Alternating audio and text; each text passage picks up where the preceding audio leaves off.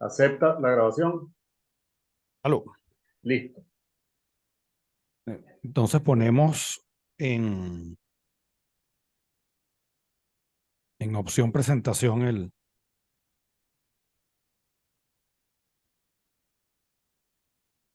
Ok. Y minimizamos eso, ¿no?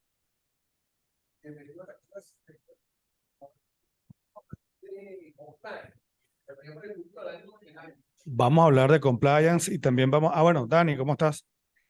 Y vamos a hablar también sobre nuevas formas de negocio con esta idea. Arrancamos entonces. Bueno, bienvenidos a esta tercera intervención que yo voy a hacer.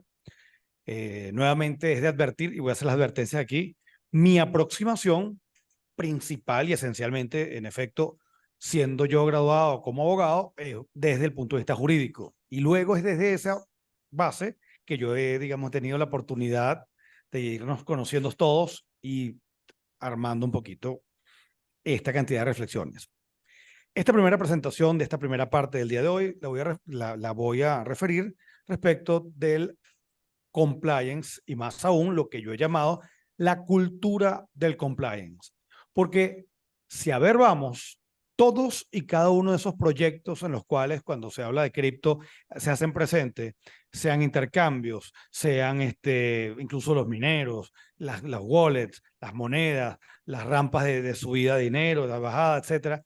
Y así lo que son los financiamientos, siempre te hablan el compliance, el anti-money laundering y el conozca a su cliente, como si pudiésemos de manera automáticamente mágica agarrar toda esa serie de normas que se le aplica al sector bancario, financiero en general, pero bancario particularmente, pero también a lo que son bolsa, también a lo que es seguro, como si fuese aplicable aquí 100%.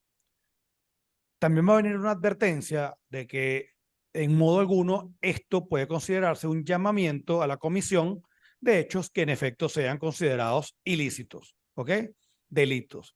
Cuando uno dice que a veces hay que no cumplirse o no debería cumplirse con determinada norma, no es que estamos llamando a la comisión de hechos que son considerados delitos, sino que simplemente esas normas a lo mejor no se justifican en este contexto.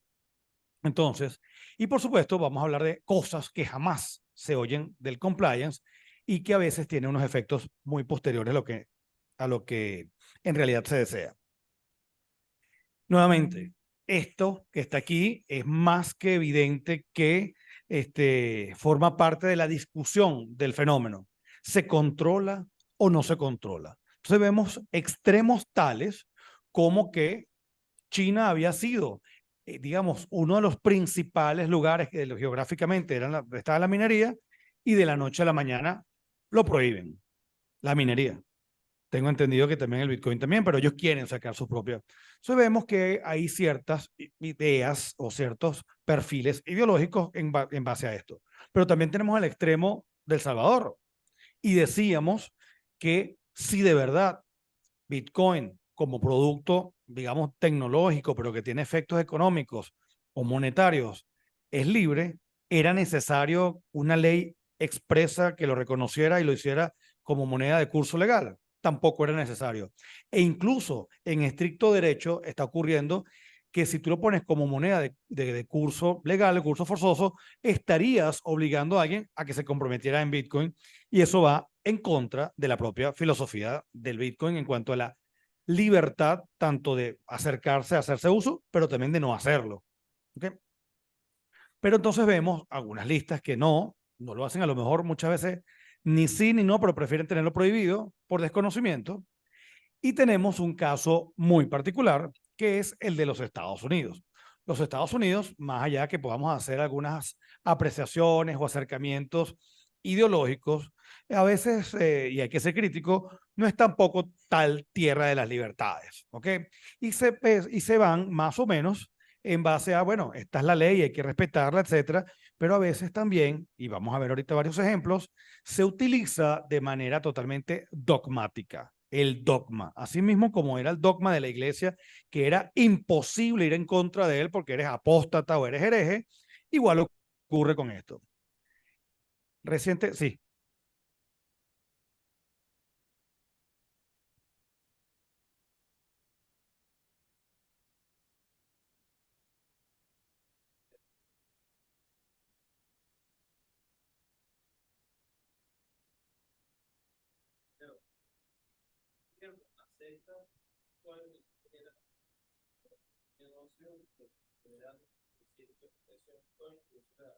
Sí.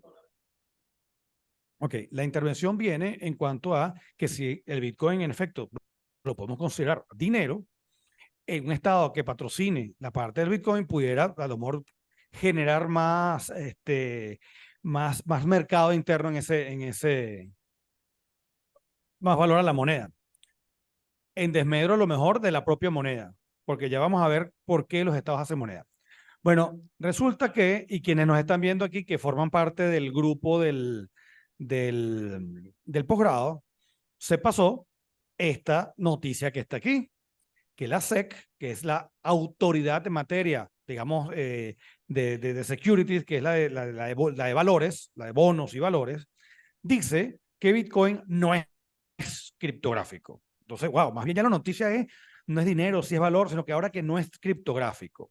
Pero es que la lectura más allá de que si es criptográfico o no, que yo creo que ya quienes estuvimos aquí discutiendo esa parte, no es en modo alguno negable, o sea, no, que es criptográfico, porque en efecto lo es, pero es que vemos también aquí lo que estábamos hablando de el criterio, la cultura de autoridad. ¿Y por qué es importante esto?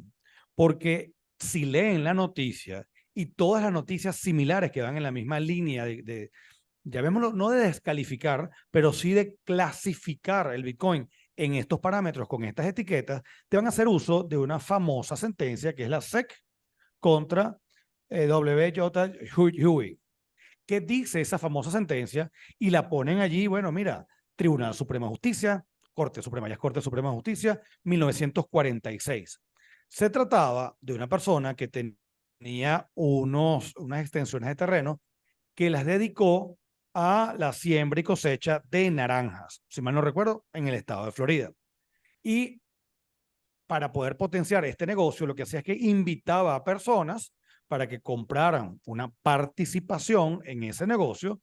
Y bueno, vista la naturaleza de cómo se planteó ese negocio, llegó a la parte de la SEC y dice, tienes que cumplir con estos específicos requerimientos porque es una de las actividades reguladas.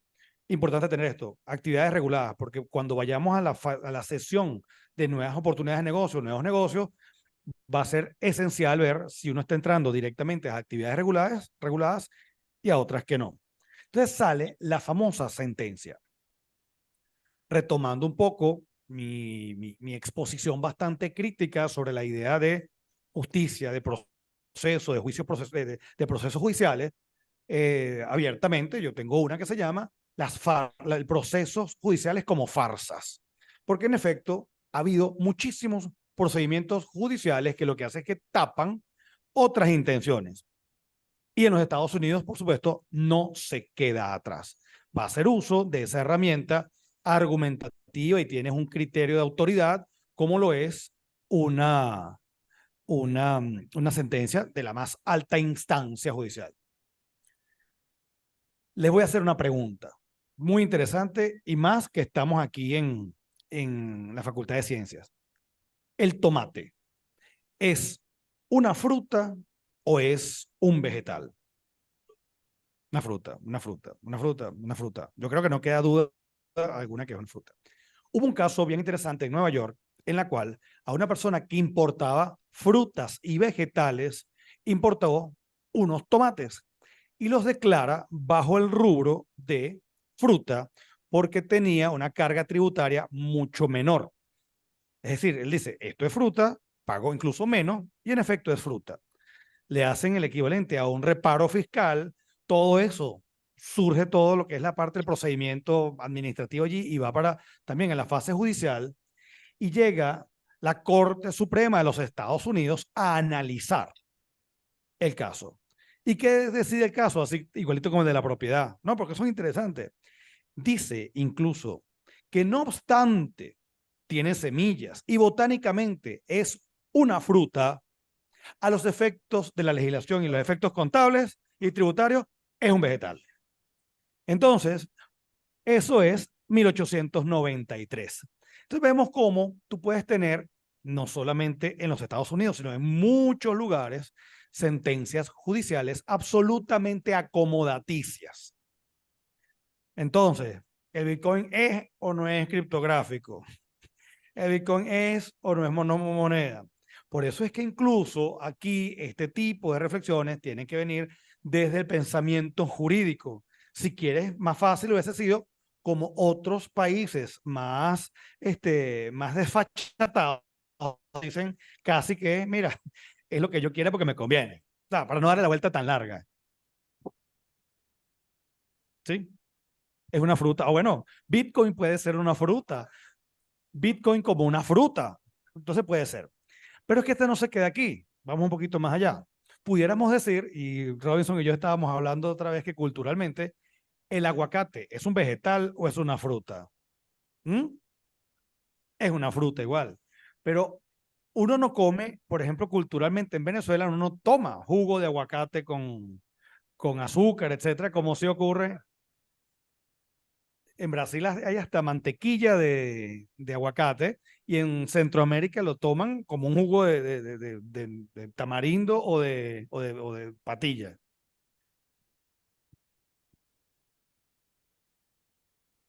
¿Viste? Batido de aguacate con leche y azúcar.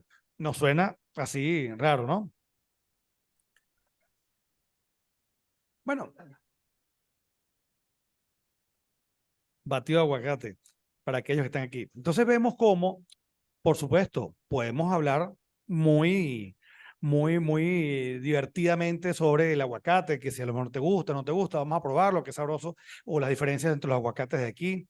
Pero cuando ya vemos que las consecuencias van mucho más allá, incluso de negar lo que es científicamente verificable, como verificable es que botánicamente, porque incluso la propia sentencia de Nix versus Hayden lo dice, botánicamente es una fruta, no obstante cultural, casi que le dijo es, como esto es lo que más paga impuestos, esto es. ¿Okay? Nuevamente. Y es que no nos quedamos allí. Hay un caso también, vamos a decir, famoso o más bien infame, porque nuevamente dentro de la colección de sentencias infames, no solamente de un determinado país, que las tengo en unas colecciones porque estoy más cerca y las puedo, son más recientes, pero también hay muchas sentencias infames. Tenemos esta famosa que se llama el famoso caso de Dred Scott contra Sanford. ¿Y en qué más o menos consistió esto? Bueno, este señor que era Dred Scott era, digamos, la parte de las colonias del sur en las cuales existía la esclavitud todavía. Y entonces resulta que se va hacia el norte con otros amos, o los amos fueron, y resulta que adquiere por alguna de las, digamos, condiciones jurídicas del momento, adquiere la libertad. Pero no se la reconocían incluso en la Corte Suprema, no obstante la Corte Suprema está en Washington, en el norte. La sentencia más o menos termina diciendo algo, porque él dice que quiere hacer valer sus derechos como ciudadano. No solamente que le niega los derechos como ciudadano por ser de color y sus antecesores, sino prácticamente dice, señores, el dueño de esta cosa, por favor, llévesela de aquí. O sea, le niega la condición humana. Entonces vemos cómo, a pesar de que estamos hablando a pesar de que estamos hablando en 1857, es nada en lo que respecta al pensamiento jurídico. Date cuenta como acá raticos nos sacan debajo de la manga, bueno, los romanos esto, aquello. ¿Por qué? Porque nos estamos yendo a un desarrollo que no necesariamente atiende a la justificación.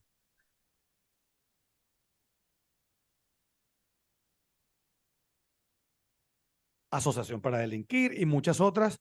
Me gusta esa palabra, poner asociación, porque aquí viene una lámina que vamos a hacer referencia no a ese delito o delito, pretendido delito, sino, bueno, agavillamiento. O sea, técnicamente es lo que se llama agavillamiento, pero es para delinquir. Lo que pasa es que aquí la usan asociación y viola atentamente, o sea, viola flagrantemente también lo que es la libertad de asociación, porque entonces tú tienes ese choque, incluso lingüístico, ¿qué es eso de asociación? Bueno, sí, unirse libre, sin armas, con fines a propósito, que también va a venir aquí.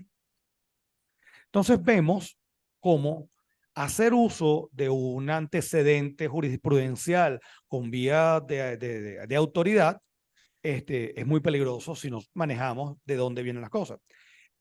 Lo que viene ahorita, me tocó exponerlo y me invitaron en un congreso latinoamericano de ciencia administrativa, que tenía que ver también con el tema del compliance, porque estamos ya ahorita bombardeados, compliance, compliance, compliance, y esto no está regulado, deberíamos regularlo. ¿Y quién lo regula? En ese afán de regular, y nuevamente entramos en la realidad histórica de los Estados Unidos, vemos cómo existían los sensores del tipo de ropa de baño que ibas a utilizar y no podías mostrar más de tantos centímetros de piel por arriba de la rodilla, etcétera, ¿no? Entonces, ese es el compliance officer. Ese viene designado por el ente, ¿cómo se llama? El ente rector, ¿no? Entonces los colores tales, entonces llegamos a niveles de absurdidad tal que tú dices, wow. Y es que todo aquello que pretendes regularlo y ya, pues entonces tú dices, mira, nos estamos hasta el colmo de crímenes, ya vamos a subir las penas. O sea, estos son 10 años, 15 años, 20 años, 30 años, y no tienes en realidad un efecto práctico de lo que tú quieres regular. Más bien lo que se hacen es que se abren nuevas puertas para corrupción. Pero básicamente, entonces, ¿qué entendemos por el compliance? Es una situación estándar de cumplimiento y verificación permanente de que estás cubierto por la norma. Entonces tienes ese fantasma todo el tiempo arriba. Cuando el principio general es que usted tiene libertad incluso de hacer aquello que está prohibido y asume las consecuencias. ¿Por qué? Porque si tú no refuerzas en castigar a aquellas personas que en efecto sean culpables, entonces la mejor manera que tú tienes es la de todo el mundo es culpable, me tienen que justificar que no lo son y los efectos a la libertad son peores y más perniciosos que atacar de verdad a aquellas personas que son transgresoras. Ese es el gran riesgo o uno de los grandes riesgos que yo veo de la cultura del compliance. Nuevamente, de aquí en adelante les invito a que seamos críticos, que nos cuestionemos nosotros mismos. Por supuesto, de aquí vamos a salir con más preguntas que respuestas, pero lo importante es que este tipo de temas, y ustedes quienes me conocen saben que me gusta meterme en el horno, siempre espero que sea, recibido, porque así lo hago yo, con el mayor respeto. ¿Ok? Aquí esto tiene, cuando digo una contraponencia, yo en ese lugar iban a hablar de compliance y la parte administrativa y la parte contable, etcétera.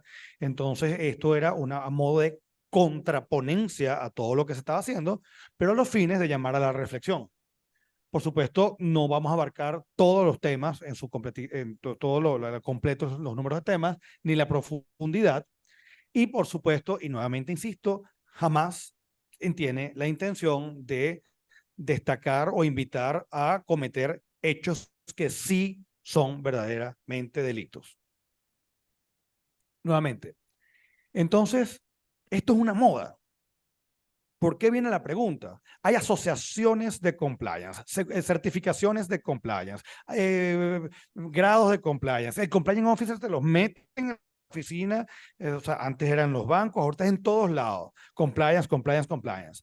El problema de estas modas es que se quedan también ahí con unas modas, entonces queda una situación permanente de vigilancia total. Pero entonces, ¿qué es exactamente el compliance? Y date cuenta que cuando tú buscas compliance, te dicen, mira, tienes prácticas, tienes estándar, tienes estrategia, tienes política, tienes reglas, tienes control, tienes requerimientos, tienes regulaciones, tienes auditoría, tienes riesgos, tienes leyes y tienes un círculo completo en el cual tú debes cumplir el cumplimiento. Tienes que ser obediente. Entonces, ¿a quién se cumple? ¿O a quién? ¿A qué o a quién? ¿A la ley o a una persona? ¿A un fiscal o a la ley? Porque la ley, nuevamente, y por eso es que era lo importante de hablar de derecho constitucional. Recordemos que todo esto es para organizar el mejor ejercicio de nuestros derechos y el controlado es el poder. ¿Y qué pasa si no cumples? ¿Es penal? ¿No es penal? Por supuesto, hay situaciones que nadie está defendiendo en modo alguno, ni terrorismo, ni narcotráfico, ni crimen organizado, pero bajo todo esto de que tienes que conozca a su cliente, de conozca el dinero, conozca las operaciones y por supuesto otras consecuencias, vas a causar a lo mejor más daños Tenemos que también mezclar el tema del daño, el riesgo reputacional y códigos de ética. Eso todo lo puedes meter allí. Entonces, por algo que es un código de ética, puedes agarrar y le abres un procedimiento por legitimación. Y vemos cómo países, estados, regímenes poco democráticos, haciendo uso de la lucha contra la corrupción, lo que hacen es que tienen efectos de persecución política, social, etcétera. Nuevamente, bueno, aquí tenemos una inspección, ¿ves? Aquí le están haciendo la inspección a estas damas, en las cuales están pidiendo todos sus requisitos, etcétera. ¿Ah? Mira, esto es totalmente que yo las veo exagerada ¿cómo es? Desnudez. ¿Tú te imaginas estos señores ahorita, ahorita? ¿Ah? En cualquier lugar. Oh, no, ni siquiera, no llegamos siquiera a la playa. En la playa mayor, pero. Bueno, no hay, estamos todos presos. Seguimos. Entonces, nuevamente, hay congresos, programas, pero aquí es donde viene también cuál es la naturaleza jurídica del compliance. Es un tema de derecho penal, porque si es de derecho penal, su interpretación es restrictiva. Es derecho constitucional, no lo veo. Es derecho administrativo, es civil, es interno, son buenas prácticas, como te dicen, pero son buenas prácticas con consecuencias penales, el debido proceso cómo entra. Tienes que ver con derechos humanos, vamos a ver qué tendría que ver con derechos humanos. Resulta que el tema de las sanciones, no estamos hablando del caso de Venezuela, sino las sanciones como tal, son casos de overcompliance, de sobrecumplimiento. Y hay un departamento, unos ponentes especiales de la Organización de Naciones Unidas para analizar violaciones por sobrecumplimiento. Entonces vemos cómo esta idea de compliance, que son un pocotón de nuevos policías que están persiguiendo fantasmas, y ahorita ya digitales, es más peligroso porque puede tener efectos más perniciosos que lo que estás tratando de evitar. ¿Es de derecho público? ¿Es de derecho privado? ¿Es de derecho nacional o internacional? Cosas que pocas personas se han paseado por él cuando tú vas para este tipo de eventos. Y tienes personas que también escriben en contra del compliance, pero este compliance incluso es distinto porque están usando palabras distintas, porque este compliance se utilizó o se utiliza principalmente es para si tú eres cumplidor en tus obligaciones de respeto a los derechos humanos. Entonces, en ese afán de eufemísticamente o agarrar palabras para confundir, llega también el compliance. Porque el compliance es cumplimiento u obediencia. Esta me la robé yo de la charla que di anterior, porque vemos que este acto, que todos lo recordamos, de ahí en adelante salió el Patriot Act, del cual se mantuvo todo lo que era revisar operaciones bancarias, revisar correos de la gente. Entonces no tenía fin. Y el problema que tenemos ahorita también es que como todo se mueve o la tendencia es que todo vaya a espacios digitales, tú siempre le dejes a estas personas abierto para que te puedan chequear.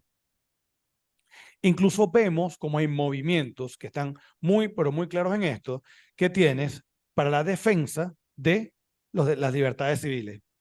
¿Por qué? Porque recuerda que ya cada vez nos están metiendo más y más y más, porque ya no solamente es en el sector financiero, porque a quien tienen que cuidar es a los bancos principalmente y uno que otro cliente. Pero date cuenta cómo entonces, siendo los bancos los objetos de vigilancia, ellos transmiten, a su vez, crean otra cosa a los clientes. Y cuando tú tienes alternativas, como lo pueden ser las criptomonedas o cualquier otra, que abres una cuenta en lo que tardas abrir un grupo de WhatsApp, te van a decir, no, ¿dónde está el compliance? Y trae la copiacita y las cosas tal. Cuando ya vimos que con una identidad digital pseudoanónima, porque esa privacidad no es la misma que veríamos antes, ni tampoco es la publicidad como tal, te da la oportunidad de poder o rastrear o ver quién es. Mientras tanto, estás perdiendo oportunidad tanto de tener clientes como de bancarización y quien habla de bancarización, poder contar con formas de financiamiento de cualquiera sea el negocio, desde sembrar tomates, aguacate, comprarse un carro o coser, porque el micro El microcrédito es algo que es esencial en este tipo de nuevas tecnologías. Escuelas, comercios, vecindarios. Entonces vemos que siempre te ponen el carácter preventivo del compliance. No, para que no vayas a cometer delitos, para que no vayan a ocurrirse. Nuevamente, eso restringe la libertad de empresa, restringe la libertad del libre de desenvolvimiento de la personalidad, etc. Entonces, ¿cómo se verifica? ¿Cuál es la norma que lo verifica? Es legislativo. Ya vimos que solo puede legislar el poder legislativo. Entonces, el legislativo refiere a el regulador para que cree normas. Y por supuesto, en sociedades con muy poca estabilidad institucional, muy poca criterios democráticos, cultura democrática, van a utilizar de que cuando designan a alguien, cualquiera sea el nombre del cargo que le vayan a poner, ellos creen que son una autoridad que dicta normas, ejecuta normas, fiscaliza y hace todo. Y yo los invito, porque no solamente es y sanciona, crea la norma, entonces dice, yo soy el rector. O sea, ¿qué diferencia hay entre eso y las monarquías absolutas o lo que yo he denominado un neofeudalismo? Cada quien tiene un feudo temático, un feudo, o sea, esto es fiscal, esto es de aeropuertos, esto es de actividades hípicas, esto es de actividades de registro de automotor, entonces crean sus propios feudos, entonces es una moda de entes rectores. Totalmente. Entonces, sabemos cómo entonces eso puede tener efectos en una sociedad determinada, con un grupo de población determinado, en un espacio y un tiempo determinado, que lo que quieren es producir bienes, ser felices, así. Entonces, como cada vez produces menos y el Estado cada vez crece más, te tratan de meter más la mano en el bolsillo. Entonces, no tienes la libertad de generar riqueza. Por otro lado, crece más el gasto, entonces tú pretendes sacarlo todo de aquí. Entonces, es totalmente injustificado y un despropósito. Y nuevamente, volvemos a la idea de derecho, porque de las advertencias previas venía que yo soy abogado y no me han visto hablar ni leer ni un solo artículo. Y los que leo son otras cosas ajenas a Venezuela. Nuevamente, donde existe sociedad hay derecho. Y el derecho no se agota con la legislación como producto político. Bitcoin es derecho. Las normas que generan, que crean Internet son derecho. Los estándares ISO son derechos. Si tú quieres que te certifiquen, tú tienes que incluso tener non-compliance, a ti nadie te revisa. Tú cumples y dices, certifíqueme.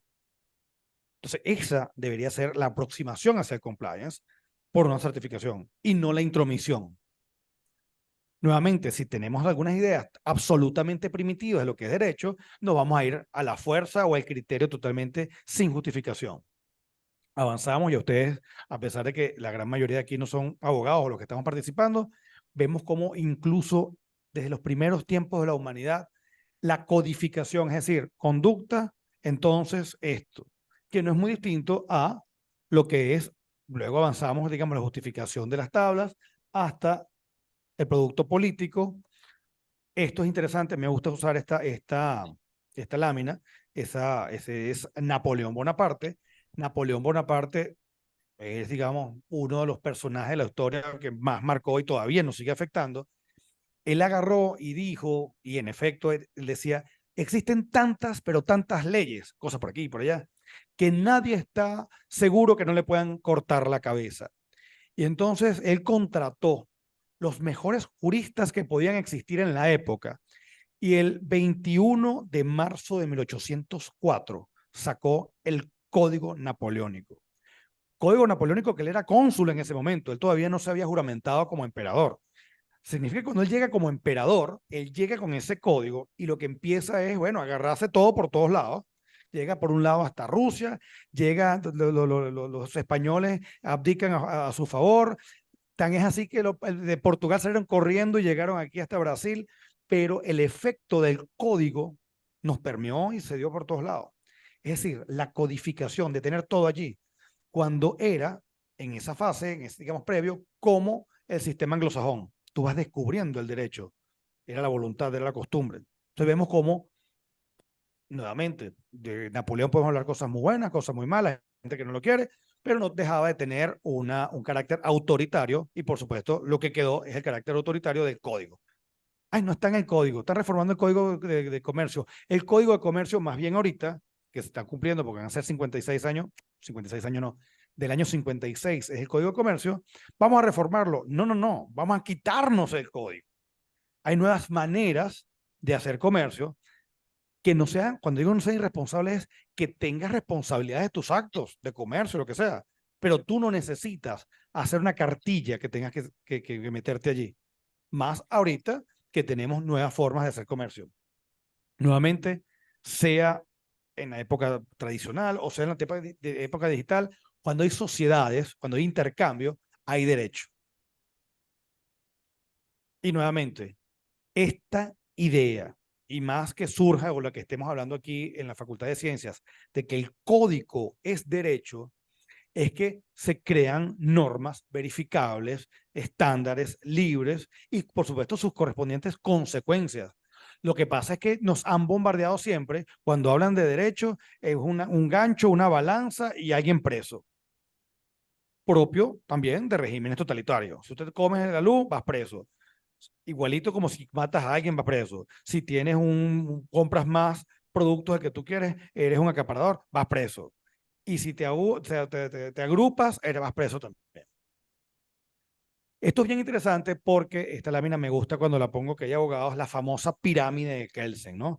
Entonces te la meten en la pirámide de una manera dogmática cuando en realidad él nunca habló de la pirámide de Kelsen. Era otro alumno y otras personas con él. Hay unos cuentos interesantísimos sobre la historia de la pirámide de Kelsen, pero el tema es que cuando este libro es una edición, una publicación post-mortem. Pero ¿qué es lo interesante aquí? Kelsen, me gusta decirlo cuando estamos con abogados, la obra, digamos, más conocida de él es Teoría Pura del Derecho. Y esa está en original, o digamos, la primera publicación fue en alemán en 1936. Y la segunda publicación es en francés de 1956. E incluso en el prólogo expresamente Kelsen dice que sí, en efecto, los hechos de la historia, que sabemos que fue la Segunda Guerra Mundial, lo han hecho repensar algunas cosas, pero que no cambiaban mucho, digamos, los puntos centrales. ¿Quién sabe qué hubiese pasado hoy? Porque no podemos tampoco, no abramos esa puerta de que todo puede ser interpretativo, que se niegue el propio derecho. Porque entonces hay algo que un profesor bien interesante español decía, es como la transustanciación del derecho. No existe en el derecho, pero entonces lo convertimos en derecho por vía de obra y magia del Espíritu Santo. Entonces, importante aquí, soberanía, juridicidad, legislación, y hay otras cosas bien buenas que son las recomendaciones. Y hay lo que se llama el soft law y hard law, entre otras cosas. Vamos a entrar en un ratico a lo que es la parte del GAFI. Pero ¿por qué es importante esto? Porque cuando te dicen, mira, pero ¿dónde está la ley? ¿Dónde lo dice el código? ¿Dónde nos registramos? Etcétera. Vámonos a derechos humanos. ¿Por qué? Porque el derecho humano dice, la libertad consiste en poder hacer todo lo que no perjudique a los demás. Por ello, el ejercicio de los derechos naturales de cada hombre tan solo tiene como límites los que garanticen a los demás miembros de la sociedad el goce de estos mismos derechos. Tales límites tan solo pueden ser determinados por la ley. Ley, poder legislativo porque participamos nosotros en la creación de esa norma. No un regulador que no es un legislador. Un regulador es un ejecutivo. Seguimos. Y la ley solo tiene derecho a prohibir los actos perjudiciales para la sociedad. Nada que no esté prohibido por la ley puede ser impedido y nadie puede ser obligado a hacer algo que no lo ordene. Entonces, partiendo de los derechos humanos, ay, pero eso no está en la ley, ¿se puede o no se puede hacer? Podemos hacer absolutamente todo lo que no esté expresamente prohibido, y eso es con interpretación restrictiva, y todo lo que podamos hacer directamente, la interpretación es a favor de que se puede hacer. ¿Ok? Entonces, cada vez que vemos todo este pocotón de cosas, siempre, y si le pones a preguntar, te va a decir, no se puede, no, la sentencia tal. Hay un chiste bien interesante, el señor que llega a un lugar, le pregunta al mesonero si puede fumar. Mire, ¿puedo fumar? No, no, no puede fumar. Bueno, y ese señor está fumando allá. A veces no preguntó. Entonces, entonces vemos, hay que ver cómo se lleva. Entonces, nuevamente, dígalo. A la Declaración de los Derechos del Hombre y del Ciudadano, agosto de 1789.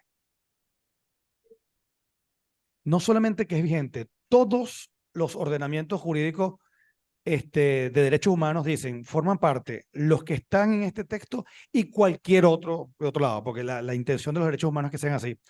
Por ejemplo, hay ahorita en materia de derecho constitucional y derechos humanos lo que llaman el diálogo entre las cortes.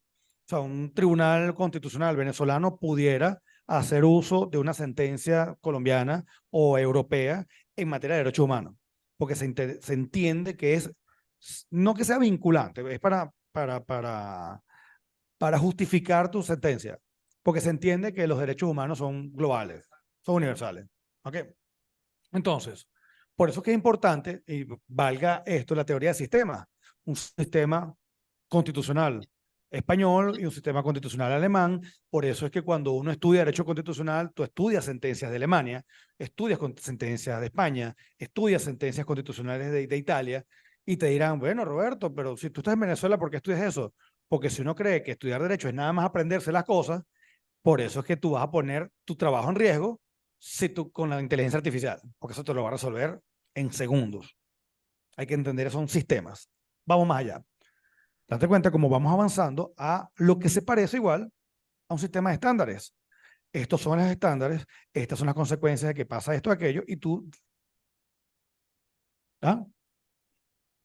Ah, lo puso más.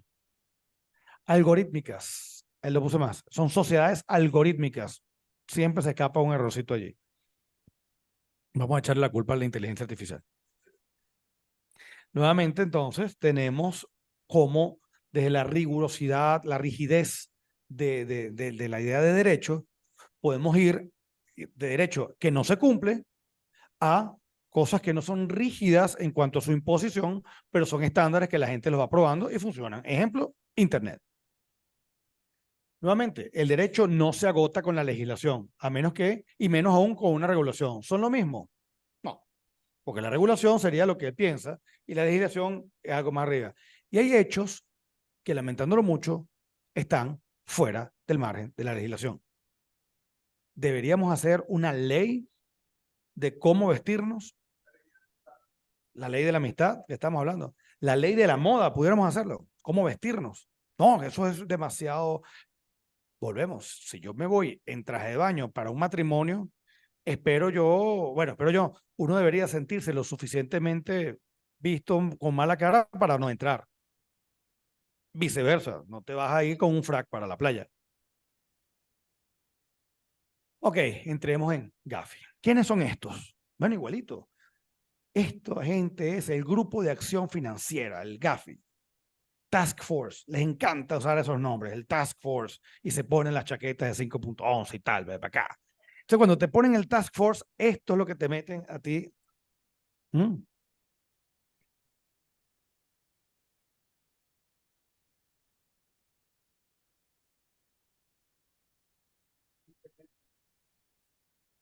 Ajá. El Task Force. Bueno, no, que les encanta el Task Force. Se ponen su pasamontaña y entran dentro de la computadora a ver quién está haciendo las cosas. No, no, el Task Force les encanta. Es un grupo de intervención. Es que el Task Force es un grupo de intervención. Tú sabes, es lo que, es, digamos, la traducción más afín. Por eso, dígalo. Ajá. Bueno, sí vamos. Entonces tenemos el Task Force.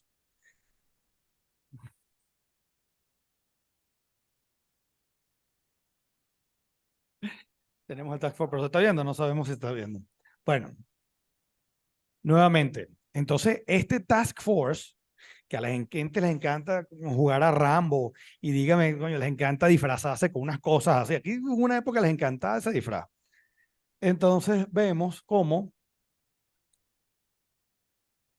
por ahí no estaba, el de la máscara de calavera, por ahí creo que estaba una de calavera. Entonces, vemos, claro, intimidación, entonces a lo mejor hay unos que se asustan, otros que no nos asustamos, otros que nos reímos, otros que a lo mejor se ríen también porque les da miedo y les da pavor. Viene intensificado con estos hechos.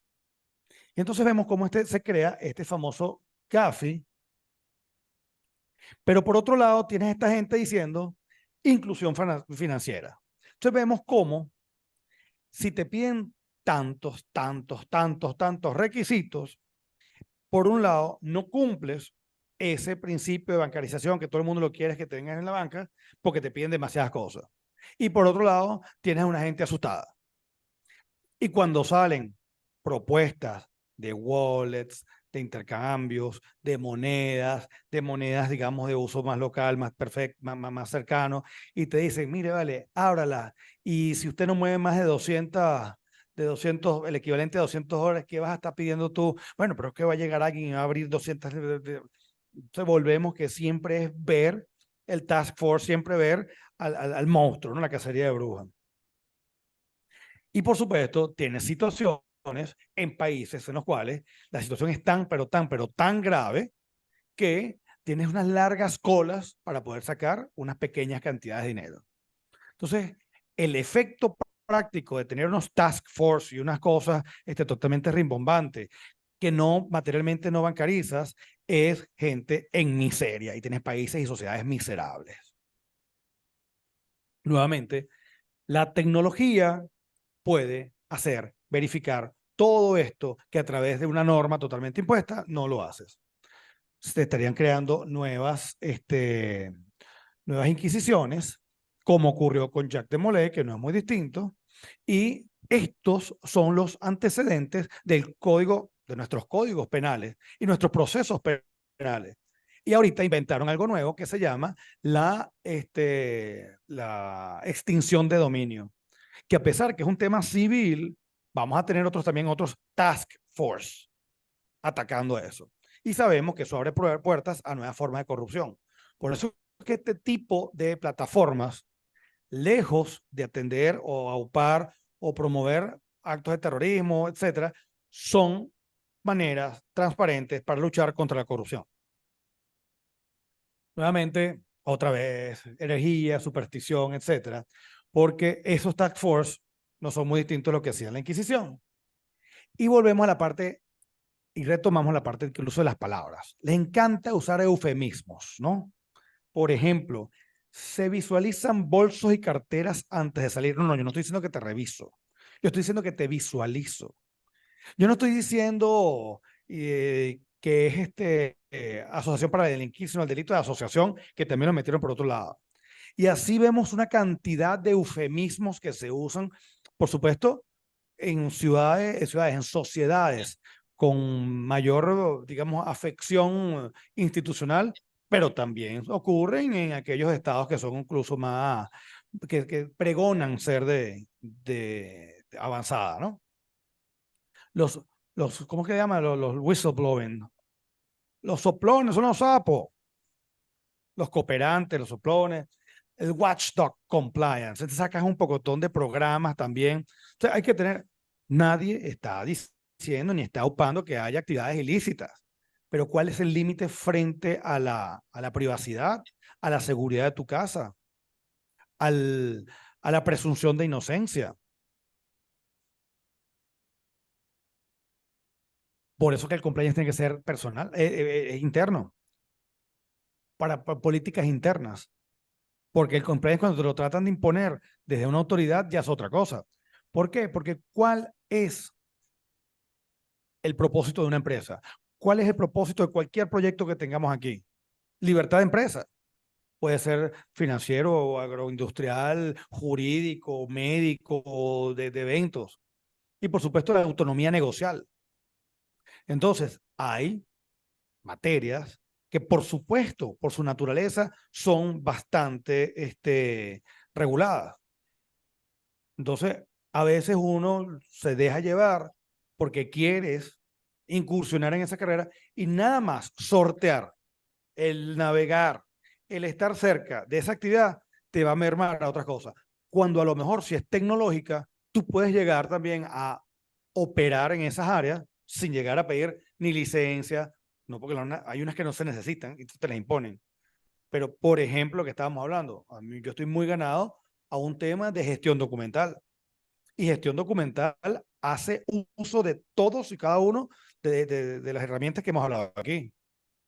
Blockchain, inteligencia artificial, almacenamiento descentralizado, recompensas por guardar la información, identidad digital, firmas, todo. Entonces vemos cómo la final del negocio es generar riqueza y prosperidad sin causar daños ni ser cómplice de actores dañinos.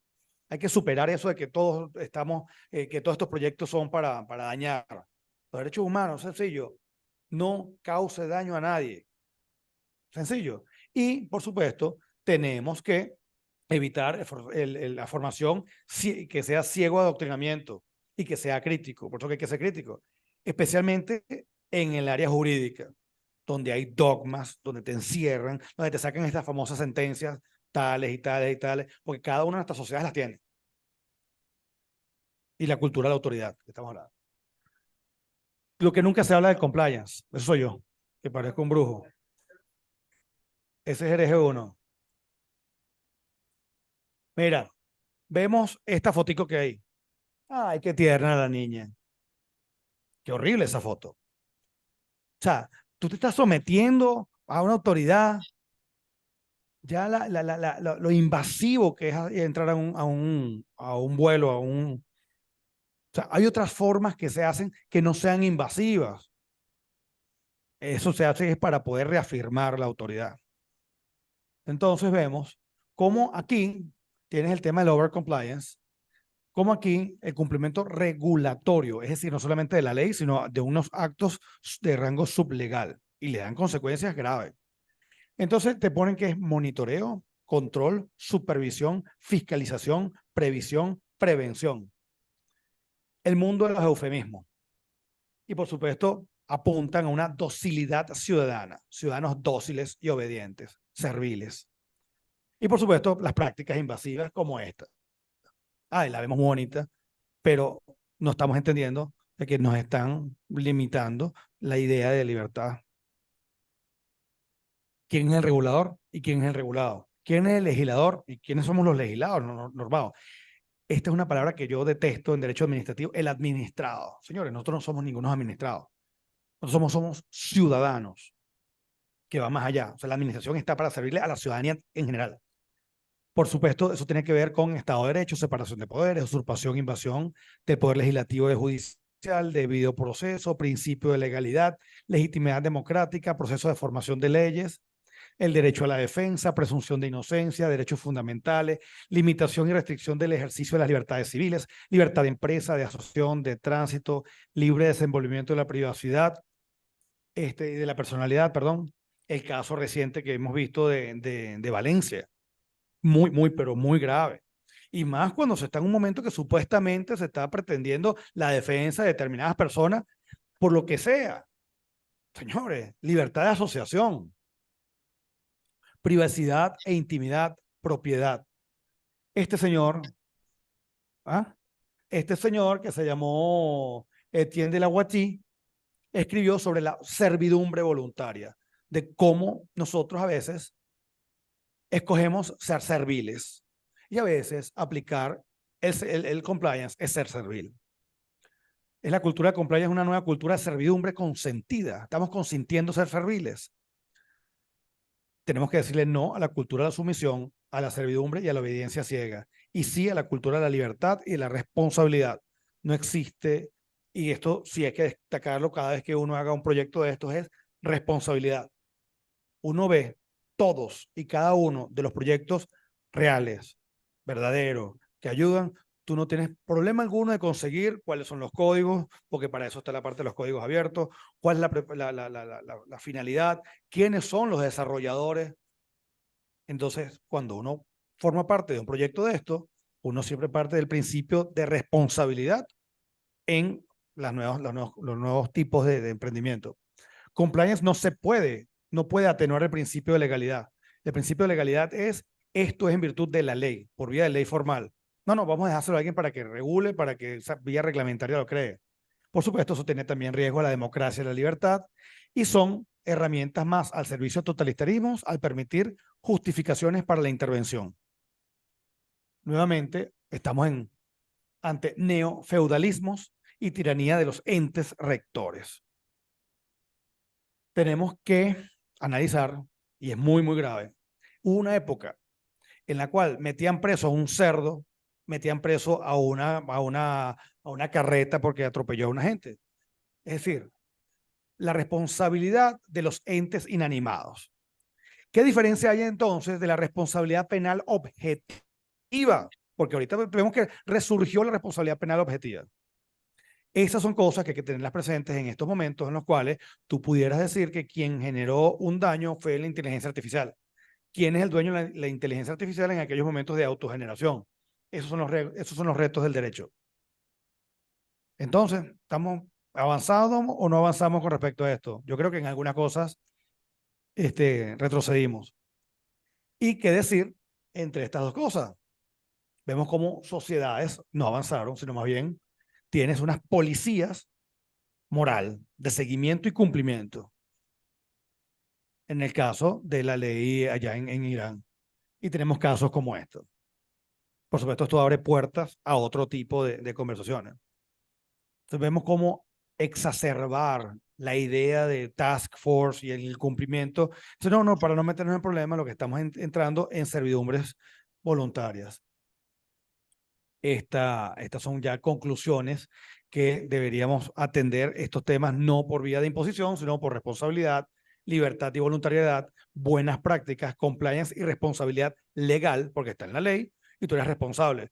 Tú no me tienes que estar chequeando si lo cumplo o no lo cumplo. Si yo llegase a incumplir, demandas, exige la responsabilidad y hay que cumplir la responsabilidad con jueces y sistemas judiciales autónomos, independientes, preparados, etcétera. Y por supuesto, hay que hablar sobre compliance y alegalidad. No puedes pedir compliance en actividades que son totalmente al margen de la ley. No porque sean ilegales, sino porque no son regidas por la ley. Compliance, gobernanza y ética empresarial, esos ya son internas. Juridicidad, normatividad y gobernabilidad, tenemos que abordarlos en este tipo de programas. Y la gobernanza policéntrica, ya son varios entes, son varias personas que con su actividad generan el día a día de la sociedad y esto se conoce por gobernanza policéntrica, en la cual ya no solamente es la parte oficial, sino las empresas, la ciudadanía, etcétera. Preocupa muchísimo en la parte de vigilancia en las calles. Yo le mandé a pedir, no sé si lo entregarán, creo que no, a la policía de Chacao. Le pusieron una multa a alguien que yo conozco, un amigo, por haberse supuestamente comido una luz allá en Altamira. Y yo les dije, bueno, tráigame la cámara, pues la filmación, porque si no es puro aguaje lo que están haciendo. Date cuenta que salen a cada ratico, para algo lo están haciendo. Bueno, entonces no sirve ni siquiera para saber si alguien se comió la luz. O sea, por donde sea, vemos cómo hay una separación del deber ser de la tecnología. Los beneficios y su costo no lo justifican. Y puede verificarse su efectividad. No sabemos. El hecho es que estamos cada vez más replegados. Invasividad, abuso de autoridad, cacería de brujos, de la Inquisición, cultura de la autoridad a la cultura de la justificación como propuesta. Y los casos prácticos de los cuales se puede hacer esto, tenemos banca de inclusión financiera, puede haber proyectos de apoyo a la banca y la inclusión financiera sin que sea necesario una autorización. Vemos que, por supuesto, FinTech quiere meter la mano allí, pero la gestión documental no. Entonces, vemos cómo si te ponen tantas cortapisas para arrancar, difícilmente vas a llegar a un proyecto porque de una estás desarrollando la parte que necesitas la autorización. En materia de seguros se puede utilizar. En materia de justicia, yo he hablado del expediente varias veces, cripto en todo lo que son, digamos, como puede entrar a través de las cripto. Fintech, la tenemos aquí. Las propuestas son igualitas. La de desregulación, responsabilidad por los hechos ilícitos e ilegales y entender lo que es la alegalidad y extralegalidad. Extralegalidad. Y la secularización 2.0, así como ocurrió frente a la Iglesia Católica, nuevamente aquí. Legislación sobre lo que resulte dañino, como lo vimos. Vamos a enfocarnos a legislar sobre lo que es dañino y que sea racional y prudente. No puede ser jamás impuesto el compliance. Debe ser una política interna a través de estándares abiertos. Y ya cerrando, compliance, vemos como todo esto que está aquí, pudiéramos abordarlas todas y cada una de ellas de manera crítica, de manera respetuosa. A modo de conclusiones, no podemos quedarnos repitiendo lo mismo que nos dicen, sin ser críticos, y esa es mi intención de la manera como yo abordo estos temas. Muchísimas gracias. Lo ideal es desarrollar pensamiento jurídico, tecnología y derecho y transformación digital. Más derecho, menos legislación, menos regulación y menos compliance. Más libertad.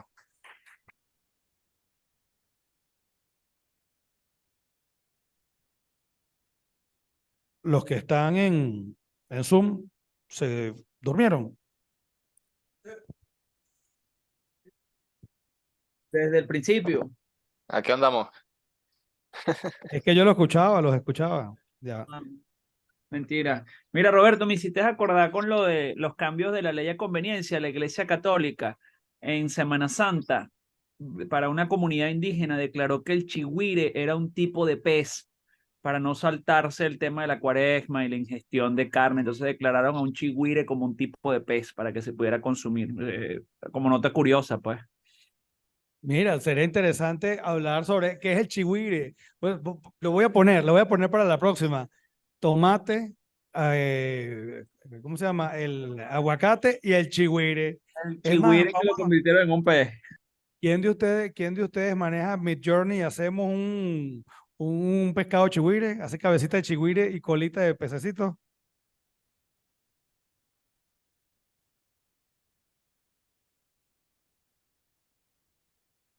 Dame unos minutos y te lo lanzamos por ahí con Leonardo da Vinci, ya.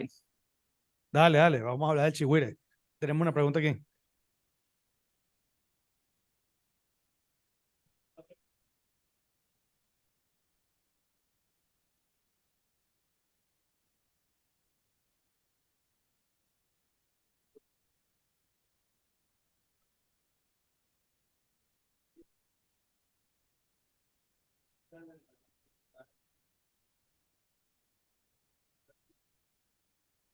Bueno, la pregunta es de qué pudiera o qué entiendo yo por libertad en este contexto del que vivimos y donde deberíamos estar en Estado de Derecho.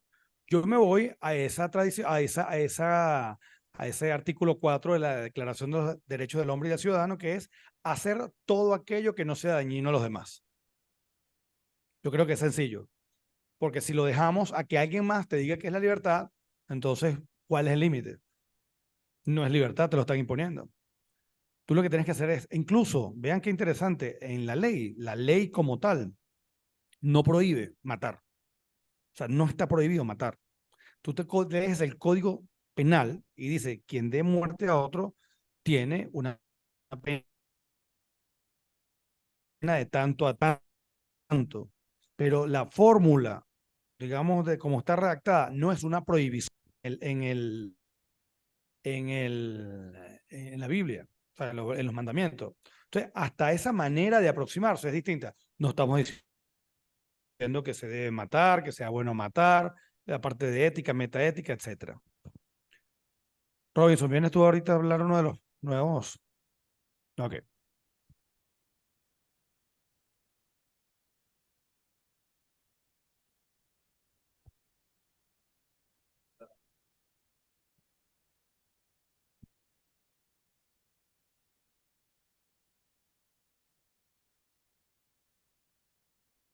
Gracias. Fíjate. No, ya está compartido. Ah, ok. Y una de las cosas que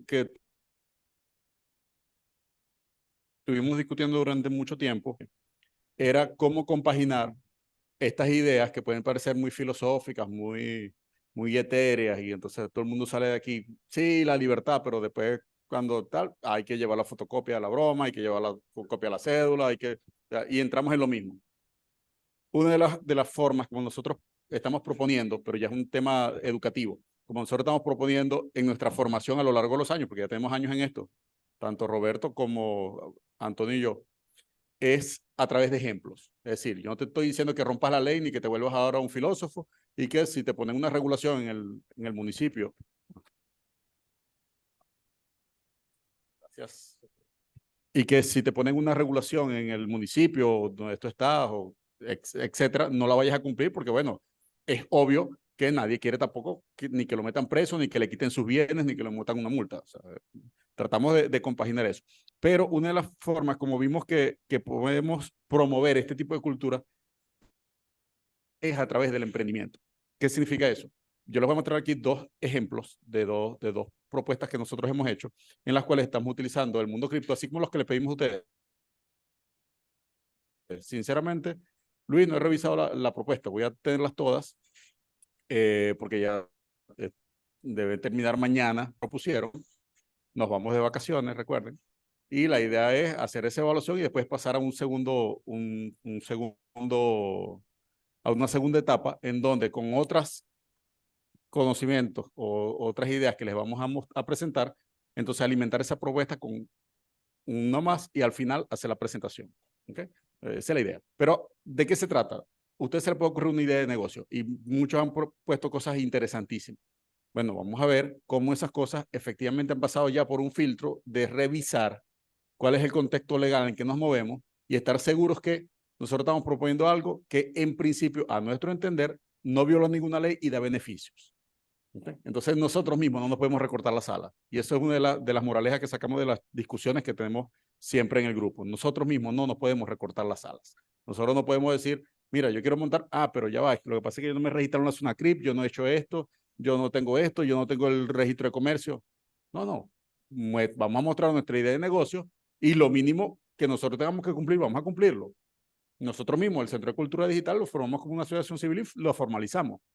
¿Okay? Pero en tanto y cuanto nosotros consideramos que no estamos violando ninguna ley, hacemos actividades con total libertad. Si nosotros queremos hacer un negocio y venderle algo a alguien, un producto, pues sin la menor duda que vamos a cobrar el IVA, vamos a pagar el impuesto, o sea, eso, no duden que vamos a hacer eso en algún momento. Pero nuestros productos y nuestras ideas van a estar enfocados a promover la libertad. Aquí hay dos ejemplos. Esto es una charla que yo di para el Colegio de Ingenieros de Venezuela. Ajá, gracias.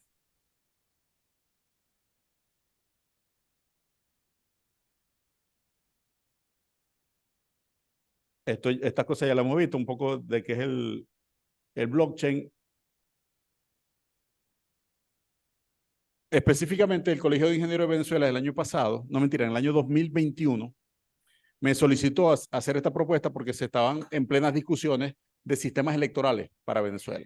En ese momento, recuerden que con la dinámica política de Venezuela está que si todavía no estaban las primarias, eso fue hace 2 años, pero habían algunos entes en particular, sistemas privados, que no han hecho elecciones porque el CNE no se los ha permitido.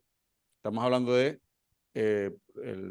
gremios, estamos hablando de asociaciones civiles, estamos hablando de diferentes tipos de actividades sociales que no han hecho elecciones porque, bueno, porque el CNE no se los ha permitido. Entonces, bueno, en algunos casos, explícitamente la ley indica, la ley de orgánica de procesos electorales, cuál es el alcance del CNE para algunos tipos de entes de nivel nacional, etcétera, para los partidos políticos, por ejemplo, lo indica de manera expresa, pero en otros no. Entonces, no es que hay un vacío legal, es que si usted no le dicen que usted tiene que hacer las elecciones con el CNE, usted las puede hacer por su cuenta. Ahora, ¿cómo hace usted una elección? Muy sencillo, si son 20 personas en un condominio, levantan la mano. Si son 200 personas, bueno, se pone un papelito porque es más complicado levantar la mano. Si son 1000 personas, bueno, depende, si hay suficiente confianza, lo puede hacer por correo electrónico, lo puede hacer de otra forma. ¿Cómo podemos hacer un sistema electoral que cumpla los requisitos básicos de lo que consideramos debe tener una elección y aprovechamos la tecnología? Entonces, este es un ejemplo que nosotros hicimos y en este ejercicio,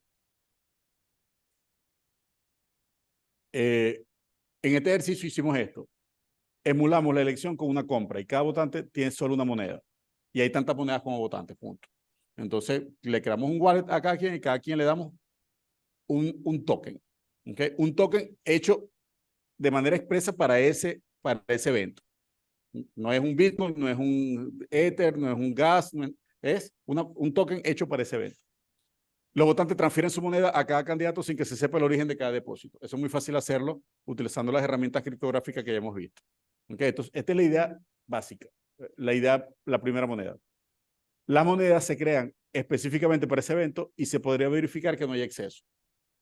Eso es muy sencillo. El famoso ente regulador aquí no necesariamente tiene que existir. Sí tiene que existir una comisión que organice, porque siempre las elecciones las delegamos en unos responsables que hacen la elección. Normalmente son quienes en ese momento tienen la autoridad. Entonces se hace una comisión que va a hacer las veces de comisión electoral. Y esa comisión es quien genera el token. Ahora, ¿cómo sabe usted que esto está bien hecho? ¿Cómo sabemos que no hay más token que personas, que a una persona no se le dieron 2 tokens, que no hay votantes falsos? Es decir, las cosas que la opinión pública sospecha que ocurren en las elecciones de tipo nacional. ¿Okay? De esto tengo bastante trabajo hecho, porque tengo años, ya voy a decir décadas, trabajando en sistemas electorales. Entonces, las cadenas de bloque garantizan que no se puede hacer nunca un doble gasto de moneda si lo hacemos como una moneda. Entonces, si nosotros le damos a cada quien un token y garantizamos que cada quien obtuvo un token, entonces la cadena de bloque tiene mecanismos para saber que un votante no pudo votar 2 veces. Ahora, ¿cómo garantizamos lo contrario? ¿Cómo garantizamos lo contrario? Que a cada votante se le dio un solo token por la auditabilidad del sistema. ¿Y quién audita ese sistema? Los electores. Entonces, fíjense que ahí no tenemos que tener un contexto legal específico, una regulación específica que nos diga quién es el que va a contar y quién es el que diga finalmente cómo es la cosa, como ocurre en las elecciones nacionales. Claro, estamos hablando de 2 contextos distintos. Las elecciones nacionales tienen una complejidad social mucho mayor, estamos hablando de millones de personas, es decir, no son comparables. Un sistema basado en blockchain se puede hacer para miles de personas sin la menor duda, pero el grado de confianza y el grado de madurez tecnológica para lograr hacer una cosa de esta indica que, bueno, es un contexto distinto al que si lo hiciéramos en una elección nacional, donde por razones de derechos humanos tienes que garantizar que hasta en el último caserío llegue una mesa de votación o una máquina de votación. ¿Okay? Este es un contexto un poco diferente en ese sentido. Pero bueno, muchos de los aspectos pueden ser llevados a la blockchain, no todos en la propuesta que hicimos. El registro electoral. ¿Cuál es una crítica recurrente de muchas personas al registro electoral venezolano? Repito, yo no me hago eco ni de las cosas, ni que si votan los muertos, de que para mí eso es fantasía política y lo puedo decir con bastante seriedad. Pero, ¿por qué muchas personas hablan del registro electoral? Porque efectivamente, usted mete una cédula de muchas personas difuntas y aparecen en el registro electoral. Porque el mecanismo para sacar a la gente del registro electoral es engorroso. Y hay otros pocos de cosas que hay ahí. La actualización es lenta, pero también por inserción. La actualización por inserción es lenta. Aproximadamente 1 millón de jóvenes venezolanos en Venezuela no se han inscrito en el registro electoral. Porque no se facilita el registro. Entonces, sobre esto podemos hablar mucho. Lo interesante es que en una blockchain, ¿qué harían ustedes con una blockchain para ver el registro electoral? O sea, ¿cómo podríamos utilizar la tecnología de blockchain para tener un registro electoral? ¿Qué debería garantizar un registro electoral? Que sea auditable, pero ¿para qué? ¿Qué debería garantizar un registro electoral? Transparente. ¿En qué sentido? Me están diciendo que sea transparente. ¿En qué sentido la transparencia? Que todos los votantes registrados puedan votar y que no haya más gente en el registro de las que puedan votar. Esas son las 2 condiciones que tiene que tener un registro electoral. Que todo el que pueda votar esté en el registro y que nadie que no pueda votar esté en el registro. Es fácil decirlo, pero si en un registro tenemos que votar nosotros los 9 que estamos aquí en este momento, ¿ok? En el registro no puede haber 10 ni puede haber 8. Y si hay 9, tenemos que ser nosotros. No puede estar uno de ustedes fuera y alguien que no está entre nosotros inserto en el registro. Entonces, eso es imposible en términos gigantes pero en términos controlados es posible. Nosotros hemos hecho la propuesta, no la hemos presentado todavía la primera vez, la presenté yo en la universidad, no se acogió en su momento. Todo el que conozca el contexto de UCE sabe los desastres que hubo para las elecciones, las últimas elecciones. Incluso uno de nuestros compañeros fue elegido en una de estas elecciones como representante de los egresados de computación para la escuela de computación. Él es representante de los egresados en la escuela. Y las elecciones donde él fue elegido tuvieron que ser postergadas una semana por el desastre logístico que había. O sea, hay un montón de problemas. Nosotros hicimos esta propuesta y nunca llegó a tierra fértil. Vamos a ver. La naturaleza de los algoritmos de encriptación permitiría garantizar un montón de premisas. Una cosa interesante, que ustedes dijeron una palabra interesante, que es la transparencia. ¿Y cuál es la transparencia? Bueno, yo puedo ver el registro de estudiantes, ponerlo público en el sitio web, decir, estos son los 30.000 estudiantes que están inscritos en la UCB. En las últimas elecciones había 19.600 estudiantes inscritos en la UCB. Y durante un tiempo yo digo, todo el que sea estudiante, métase ahí y vea si está. Y todo el que quiera buscar a alguien que no debe estar, vea también. Pero una vez que pasa ese periodo, estos 19.600, esos son los estudiantes de la UCB. Ahora vamos a ver en la blockchain. ¿Cómo garantizo yo que esos 19.600 estén en la blockchain? Bueno, porque la blockchain es auditable. Entonces basta que yo tenga un token asociado a la cédula y revise todos los que tienen esta cédula tienen un token. Y nadie más tiene el token. La privacidad del voto se ve Me hacen una pregunta que es sobre la privacidad del voto, ya lo vamos a ver. En realidad, aquí lo que estás garantizando es que en el día cero todos los votantes registrados tengan un token y que nadie más que los votantes registrados tengan un token. Entonces aprovechamos las bondades de la tecnología blockchain para eso. Tú no está, nadie ha votado todavía, pero el día cero, todo el que pueda votar tiene un y solo un token. Bueno, si es un solo voto, pero si es un cuerpo colegiado y tú vas a votar por ejemplo, en la universidad, por el consejo universitario, yo voto por 5 personas de una lista de 20. ¿Sí? Entonces ahí tendría 5 tokens para ese. Pero, digamos, en términos sencillos, una elección sencilla, por cada elección me dan un token. Y lo que yo puedo verificar, y cualquiera podría verificar, es que efectivamente, antes del día de las 6 de la mañana del día de la elección, nadie le vayan a meter un token más. Y que todos tengan uno. Entonces, eso es perfectamente verificable con una blockchain. Nadie ha votado, no estoy hablando del secreto del voto todavía. Las premisas son exactamente esas. Las premisas en el mundo occidental del voto son el secreto del voto, ya vamos ahí, la unicidad, es lo que les estoy diciendo en este momento, un votante, un voto, y la no alteración de la voluntad popular. Es decir, si estamos incluso escogiendo el condominio, que eso se puede hacer.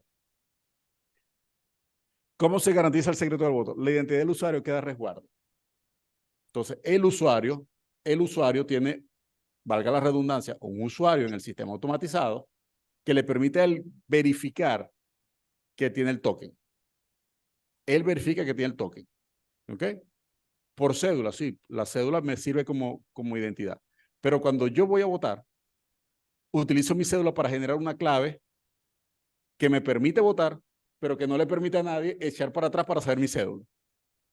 Entonces podemos usar nuestra cédula como semilla para un algoritmo criptográfico que nos permita votar, ¿okay?, una sola vez. ¿Okay? ¿Dónde falla un poco esto?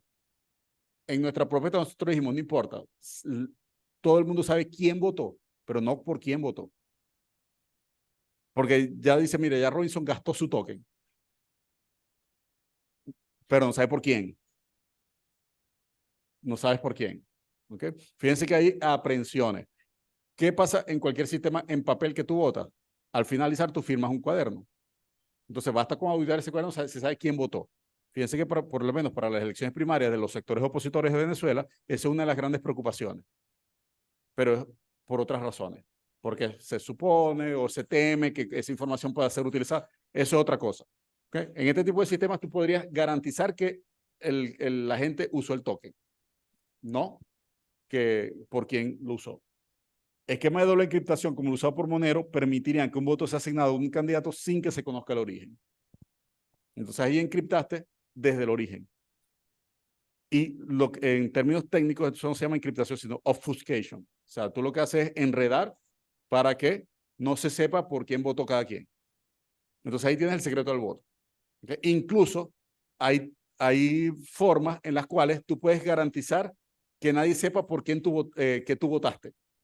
Eso lo hicimos después. En la propuesta que les voy a mostrar ahorita no lo hicimos, pero lo hicimos en una propuesta, se nos ocurrió después. ¿Cómo lo puedes hacer y estar seguro que la gente no sepa que tú votaste? Bueno, al día cero se ve que todo tiene un token.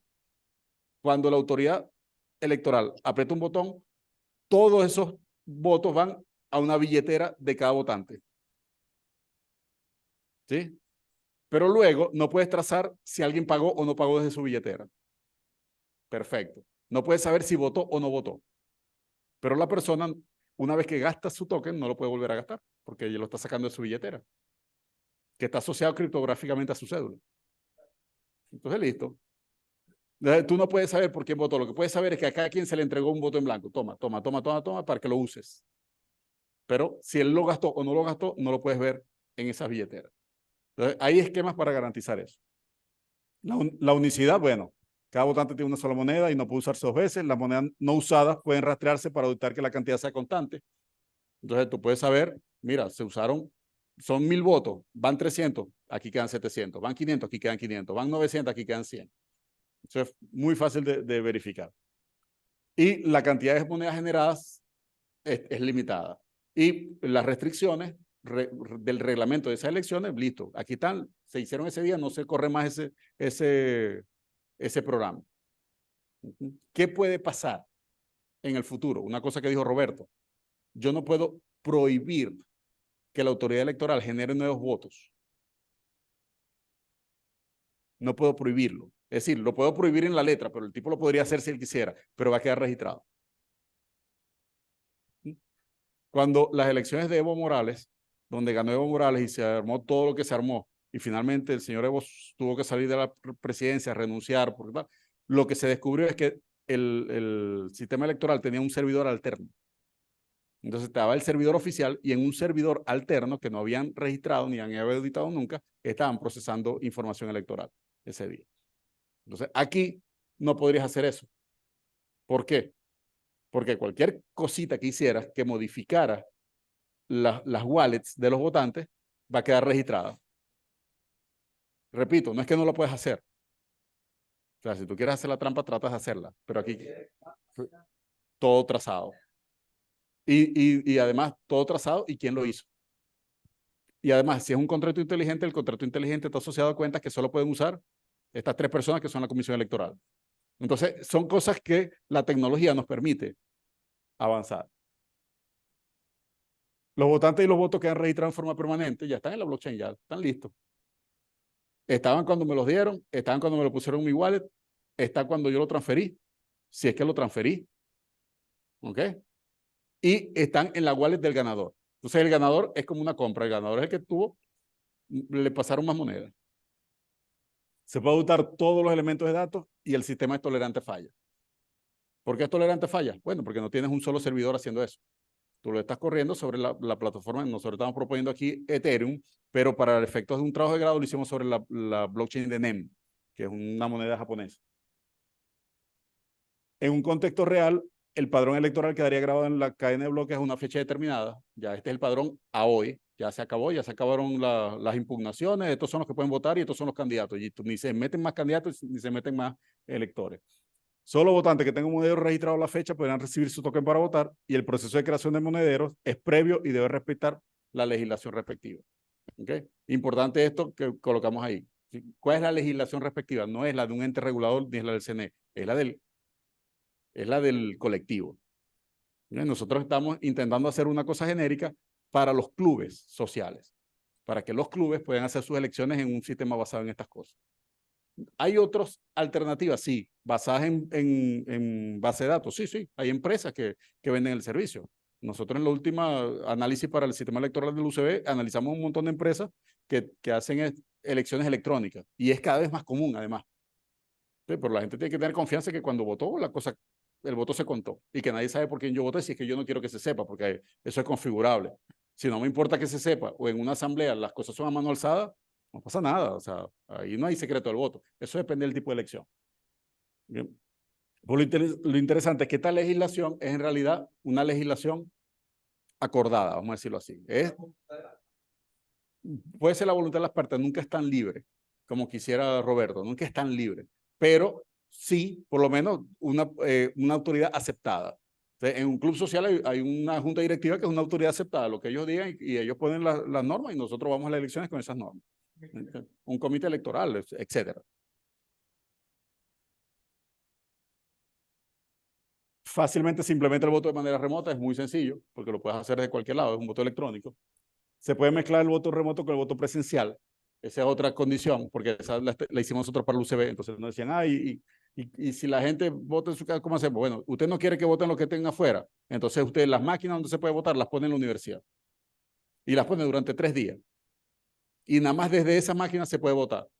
Pero ahí sí me salgo de la blockchain. Y sí necesito que hacer un software aquí que sea el único que pueda hacer la votación. ¿Okay? Como un blockchain, una cosa privada. Bueno. Pero se puede mezclar, o sea, depende de lo que tú quieras, tú puedes hacer una presencial o totalmente a distancia. En el caso venezolano, en un consulado podría meter personas de diferentes estados.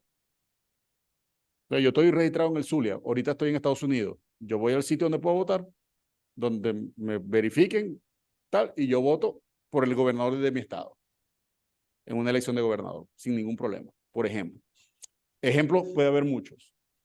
La propuesta la hicimos en el 2019, antes de la pandemia, la hizo José Francisco Giannini, y era la automatización del subproceso de votación para elecciones estudiantiles usando la tecnología blockchain de NEM.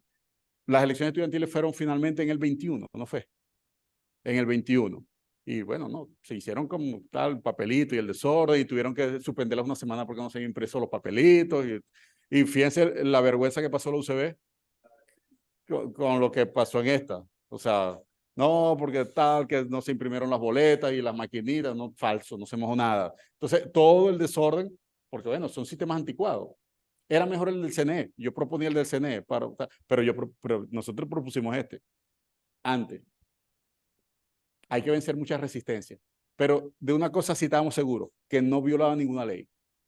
La propuesta no violó ninguna ley, y en eso es lo que Roberto y yo los invitamos, o sea, no te cortes, porque no, porque el CNE, porque la legislación, porque el reglamento de la universidad.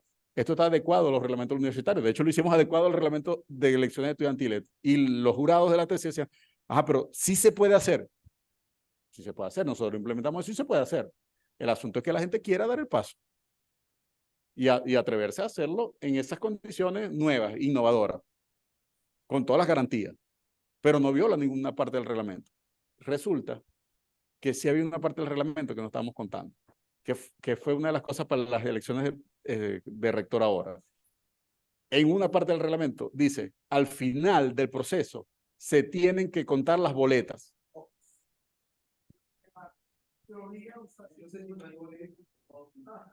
Entonces fíjense que estamos usando un reglamento antiguo y se nos convierte en una camisa de fuerza moderna.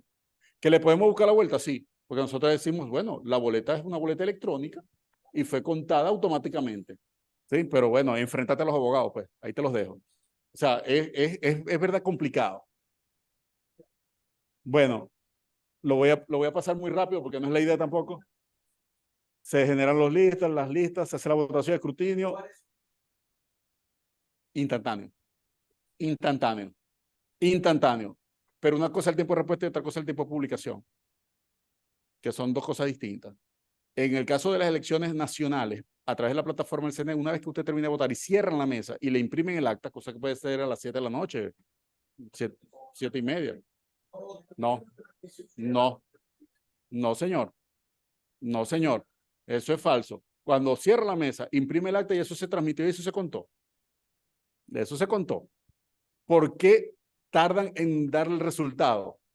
Porque tienes que esperar que lleguen de todas las actas posibles y que el resultado no sea irreversible. La famosa palabra odiosa es por una limitación técnica del sistema. Entonces, el CNE no da resultados preliminares como en cualquier país del mundo. O te dice, bueno, permito que haya proyecciones. No, ellos hasta que ellos tengan la seguridad, no lo dicen. Y la seguridad sí puede tardar. No es que las mesas cierran tarde, sino que efectivamente hay unas poquitas que son manuales, etcétera, porque no pudieron transmitir o porque hubo problemas de transmisión y tienen que transmitir desde el Centro Nacional, el Regional Electoral. ¿Okay? Pero el profesor Rusonielo estuvo conmigo 3 meses haciendo la auditoría completa del sistema electoral venezolano y ya habíamos visto que efectivamente tú transmites y eso se cuenta una vez. Pero no puede salir. Y yo tuve una experiencia increíble de eso. Yo he sido testigo en todos los aspectos de un sistema electoral en Venezuela con el CNE. Aquí estamos para aclarársela, pero no ahorita. Pero no ahorita.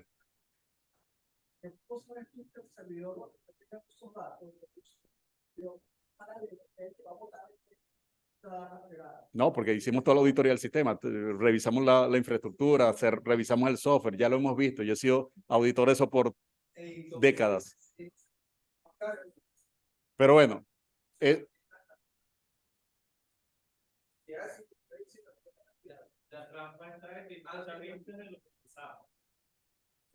eso lo conversamos fuera de la grabación. Le podemos hablar de estas cosas. El punto es que olvídense por un momento del sistema del CNE, porque hay aprehensiones y tal. Repito, podemos conversarlo, porque es parte de nuestra tarea también decirle a la gente, ese no es el problema. Hay otros, pero ese no es el problema. No es ese el punto, no es ese el punto. El punto es que, apenas te llegan los datos, si tú quieres, si la autoridad lo desea, voto que vaya llegando, voto que va saliendo. En tiempo.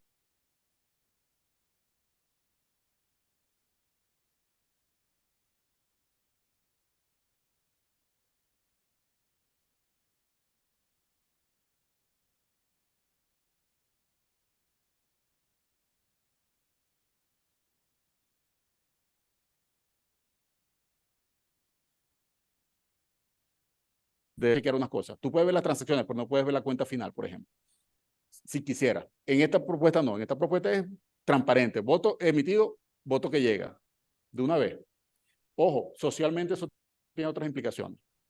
¿Okay? En la mayoría de los países tratan de cerrar más o menos en horas uniformes para evitar también el sesgo que significa que cuando votan los primeros y todo el mundo sabe que va ganando Roberto, entonces ya ganó Roberto. O sea, eso también ocurre, eso también son consideraciones sociales. Se tiene un servidor centralizado donde se hacen las configuraciones del evento en esta propuesta.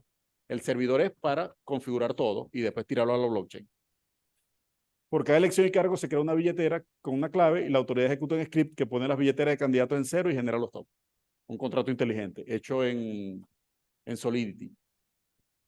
Los votantes descargan la billetera y reciben el token, se conectan donde está la información del evento y depositan el token en la billetera y pueden validar con una marca temporal el voto en la cuenta del candidato. En la propuesta, los votantes se conectan a un servidor centralizado, pero puede haber varios. ¿No? Puede haber diferentes. El voto puede quedar en suspenso, de forma que solamente al final del proceso se asignen las billeteras correspondientes. En la propuesta desarrollada, el voto se suma de inmediato. Es lo que les decía.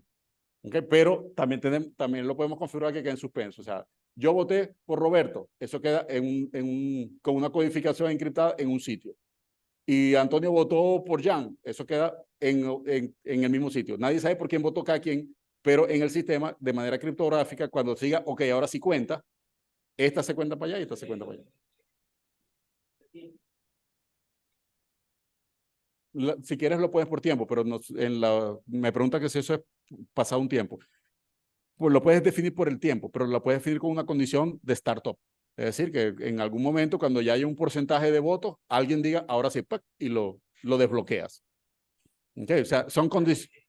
Es criterio del que hace la elección.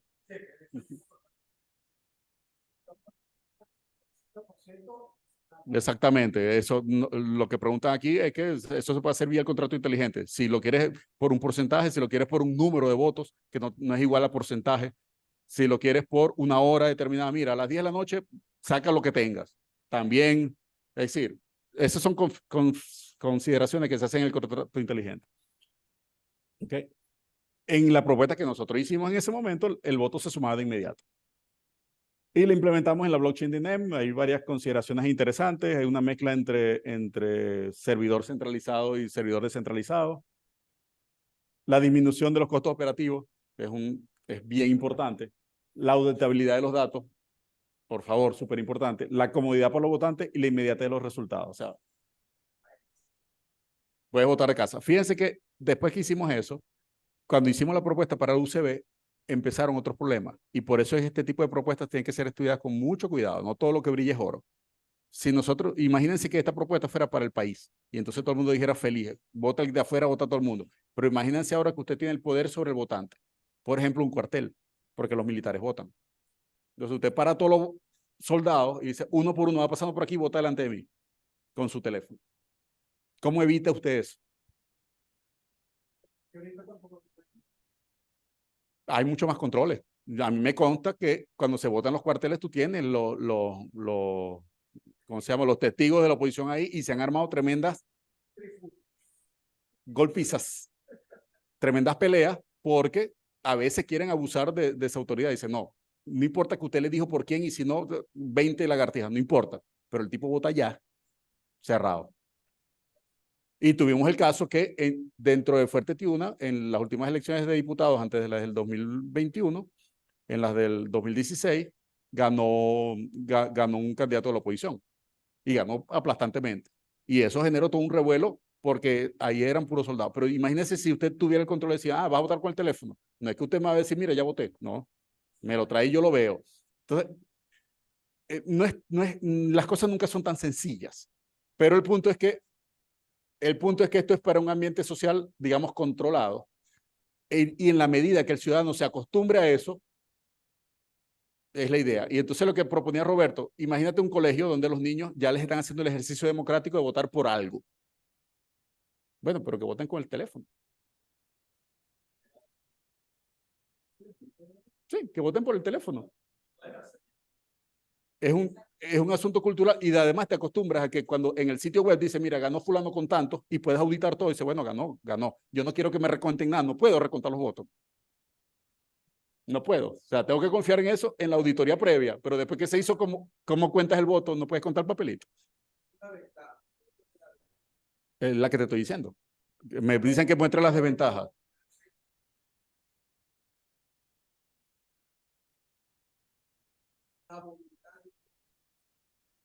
Me dicen que hay la desventaja de la voluntad de implementar. Sí, sí. La resistencia al cambio es muy fuerte y de la autoridad. Hay un conglomerado de cosas, pero el punto es que técnicamente es posible hacerlo. Ya nosotros lo hicimos la prueba, gozamos un montón haciendo pruebas de la elección. ¿Tú fuiste jurado de esa tesis? Bueno, ella estuvo de jurado. Entonces, bueno, ahora, fíjate las desventajas. Sí, sí, claro. Educación de los votantes, es una desventaja. La resistencia al cambio, o sea, es obvio, pero este es de la autoridad. Pero la posibilidad de coacción. Ahí está la posibilidad de coacción. Ojo, no solamente para que tampoco se confunda lo que quiero decir. Ok, no, porque es que contra el gobierno, contra la oposición. No, la coacción puede ser de cualquier ala. Yo soy un padre súper conservador y yo obligo a mis hijos, aunque sean mayores de edad, a que voten por este candidato que es el súper conservador o el súper opositor. No importa lo que piensen mis hijos. Eso también, ese tipo de coacción es parte del asunto. En una empresa, puedes obligar a tus empleados a votar en la empresa ese día, por ejemplo. Eso también es una distorsión de todo. En caso de servidores centralizados, los ataques de denial of service. Entonces aquí, por eso es que decimos, puede haber varios servidores federados, porque además se utilizan, no es para votar, se utilizan es para las configuraciones. Una vez que ya arrancó el sistema, todo eso está en un contrato inteligente. Y eso sí, eso sí quedó chévere. Cuando tú le decías ya votación, levantas el contrato inteligente, se pone en ejecución y ya todo está en la blockchain. Ni que te tiren, ni que te quemen los servidores, vas a poder parar la elección. Entonces, esa es una cosa que estuvo chévere. Un elemento que tiene pocos elementos de contingencia. ¿Qué significa elementos de contingencia? El reconteo. En la mayoría de las legislaciones nacionales e internacionales tienes la posibilidad de hacer un reconteo. Y entonces en este tipo de tecnología no puedes recontar. Porque una vez que se emitió el voto, tú no lo puedes echar para atrás y no te genera un papelito y no te genera un comprobante para el votante. Y si te genera un comprobante, ¿cómo cuenta esos comprobantes? Entonces, bueno, los elementos de contingencia hay menores. Pero básicamente es esto, resistencia al cambio y educación. Básicamente es eso. Pero bueno, ajá.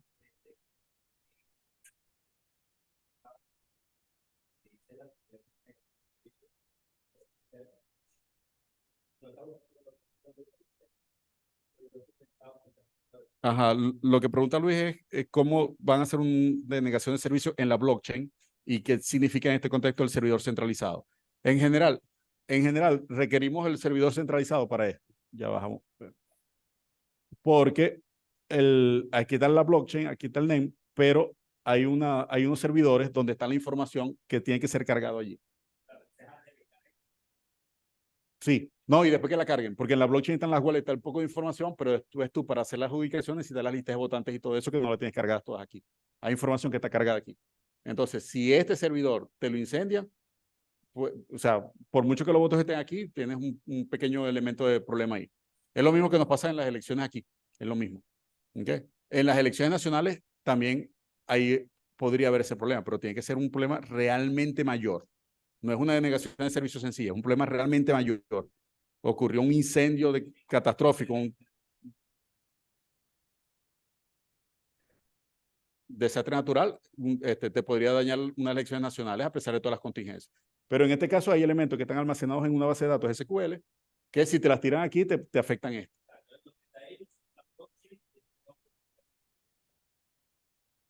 Sí, pero bueno, una vez que vuelvas a levantar tu servidor, si la elección se hizo aquí, eso lo hizo Francisco Dadini y le quedó bastante chévere, de verdad. La diferencia que nosotros estamos proponiendo, el valor agregado es este, tecnologías distribuidas a nivel global. O sea, haz tu elección. Vamos a hacerla, vamos a hacer las primeras, a ver qué sale. Vamos a hacer las primeras.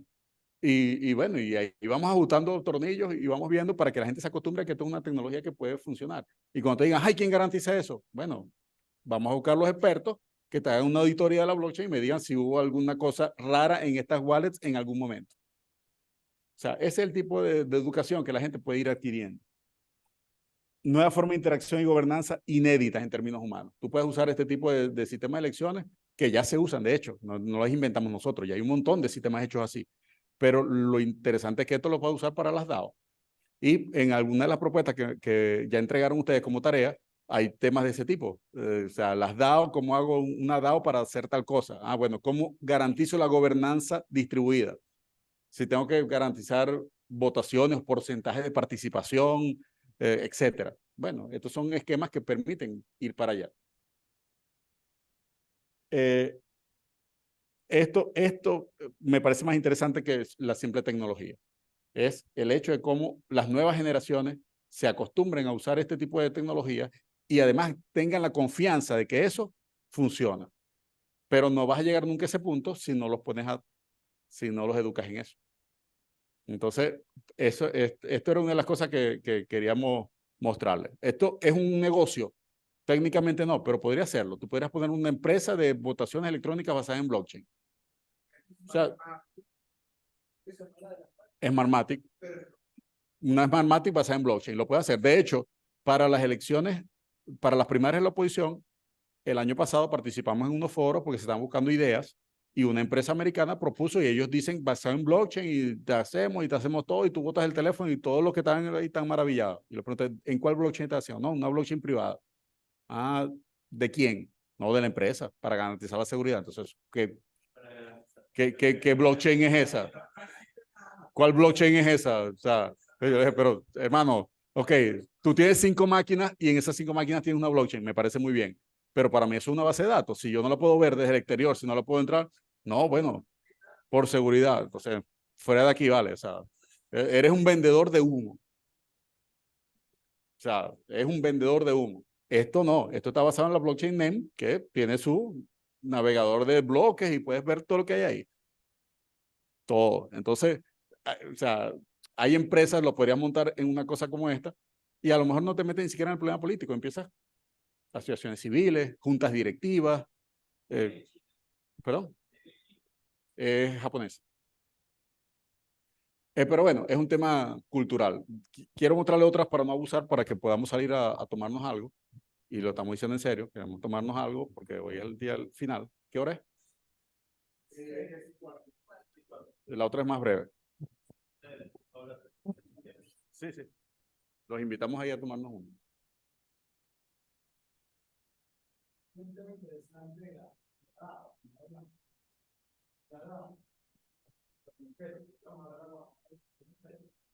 es el ejercicio de la libertad de asociación que en el siglo XVI empezaron con la Casa de Génova a tratar de separar el patrimonio de las turistas y el patrimonio de las empresas, la idea de la cultura corporativa, que son cosas.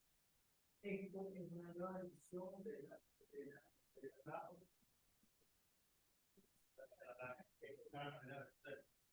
puede ser que no subamos a Sí, Roberto está conversando acerca de lo interesante que resulta en el siglo XXI las DAO, que es un nuevo nivel en la libertad de asociación y en las libertades económicas en general. ¿Okay? Pero ojo, una DAO puede también tener un componente social y político. Por ejemplo, un grupo preocupado por el medio ambiente, como Greenpeace, por ejemplo, tiene una asociación mundial, hacen operaciones, tienen bienes, manejan dinero para sus operaciones de medio ambiente con afiliados a nivel mundial. Se puede manejar perfectamente con estas tecnologías a través de utilizando esas tecnologías. Ahorita lo hacen por el web, sin problema, pero ¿y qué tal si el sitio web se lo intervienen? ¿Qué tal si se lo bloquean en algún país? ¿Qué tal si le meten censura? ¿Qué tal si un tribunal de un país les prohíbe las operaciones por X, Y o Z? O sea, en el uso de estas tecnologías, ese tipo de asociaciones pueden ser exitosas. Vamos a traer rápidamente esto. Esto fue una propuesta que hicimos. La propuesta finalmente la aceptaron, pero nunca la terminamos de llevar a cabo, porque además la alcaldía tampoco mostró más interés más que el prototipo. Es más difícil vender esa idea que la de las votaciones. Bueno, nosotros hicimos el prototipo y el prototipo quedó en el prototipo, se mostró la idea, no sé qué, y de ahí no pasamos. Pero fíjense en lo que se puede hacer. Propuesta de desarrollo de sistema de licitaciones. Dale ahí, clic por favor. Ajá. En el contexto, la ley de licitaciones de 2001 establece una serie de normas y requisitos que cumplir. Aquí está mal escrito esto. Las empresas para contratar con el Estado. La ley y su reglamento definen los procedimientos para llevar a cabo la licitación, etcétera, etcétera. Ese es el contexto del que estamos hablando. Hay un montón de parámetros legales que en teoría deben cumplirse. Nosotros propusimos un prototipo que aproveche las bondades de la tecnología blockchain para mejorar los procesos de gestión de licitaciones públicas, que garantice, primero, inalterabilidad retroactiva de los registros.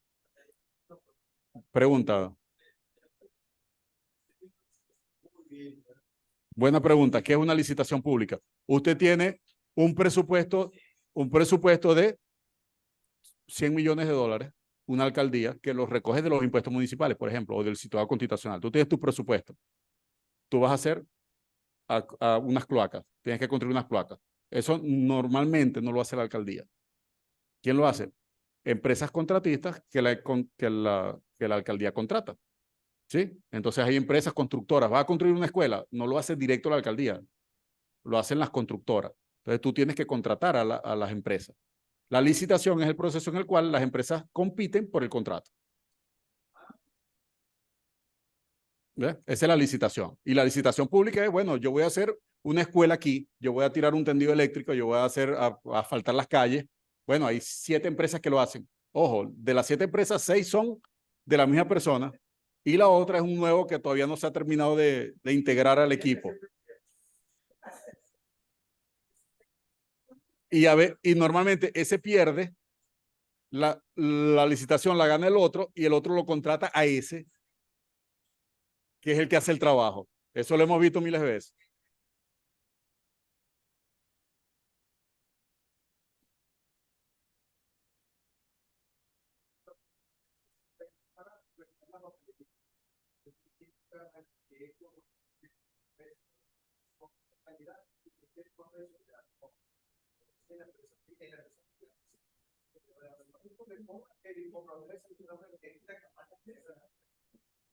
Fíjense, eso ocurre en empresas públicas y privadas.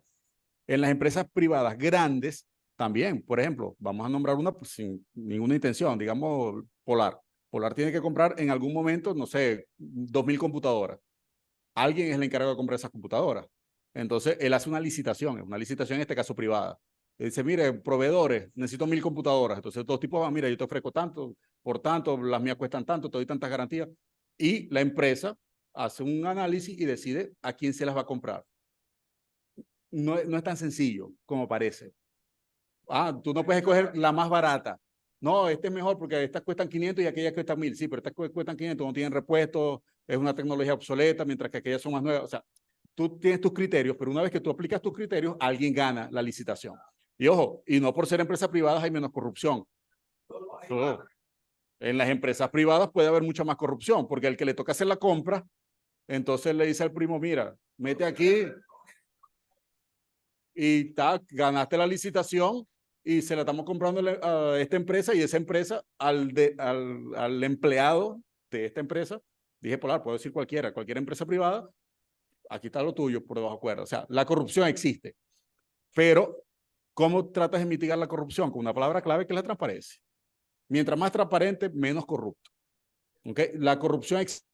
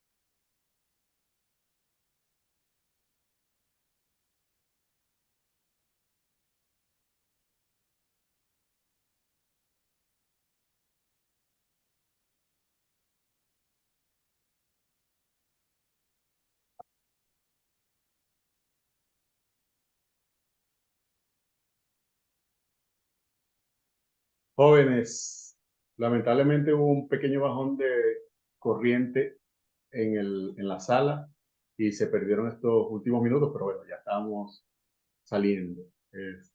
Trataremos de ver si la tecnología nos ayuda para sacarlo de Instagram y ponerlo acá. Si no, bueno, de todos modos ya habíamos terminado el contenido. Esperamos sus tareas para nos tardan mañana, para terminar esta semana, y por el grupo nos estamos comunicando para vernos en septiembre. Saludos.